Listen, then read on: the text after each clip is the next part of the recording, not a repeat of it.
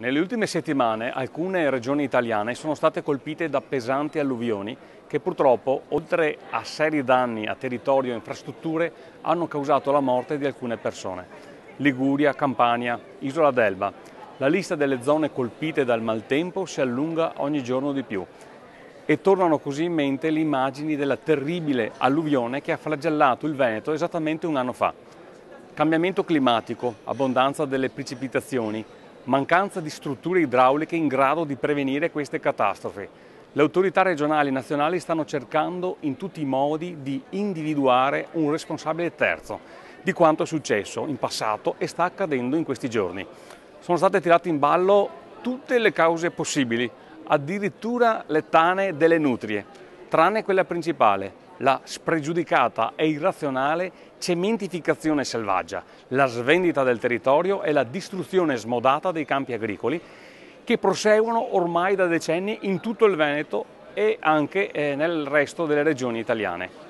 Costruzioni a pochi metri dai corsi fluviali, distese di cemento nei parchi naturali, capannoni su capannoni a pochi metri gli uni dagli altri.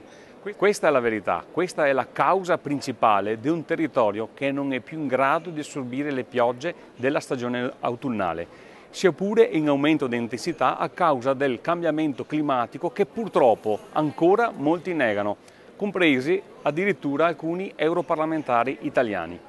Ma i nostri amministratori non hanno, anzi non vogliono imparare la lezione. In Veneto, ad esempio, la Giunta Zaia sta autorizzando veri e propri scempi di cemento nel Parco del Sile o Veneto City, una vera e propria cattedrale sempre di cemento, di ben 80 ettari.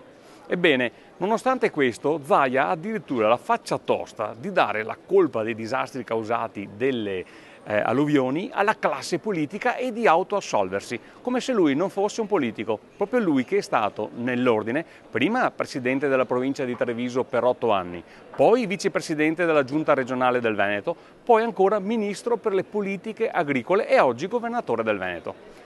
Se Zaia vuole essere almeno una volta coerente con quello che dice, faccia togliere dall'ordine del giorno del Consiglio regionale la cementificazione di 95.000 metri quadrati di terreno agricolo nel parco regionale del fiume Sile, a Morgano in provincia di Treviso, proprio tra due fiumi.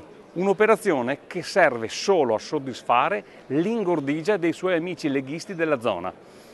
Purtroppo la coerenza non è il punto forte di Zaia, che al posto di giocare a fare l'opposizione e l'antipolitica dovrebbe assumersi la responsabilità del ruolo che ricopre, invece che accusare la politica di non ascoltare i profeti della prevenzione. Che gli amministratori regionali, nel caso del Veneto la Giunta Zaia, si assumano almeno per una volta la responsabilità di quello che fanno. Credo che ci vorrebbe una legge semplicissima: tutelare da subito e per sempre ogni singolo metro quadro di territorio non edificato, per dire basta per sempre al Far West del cemento e dei palazzinari.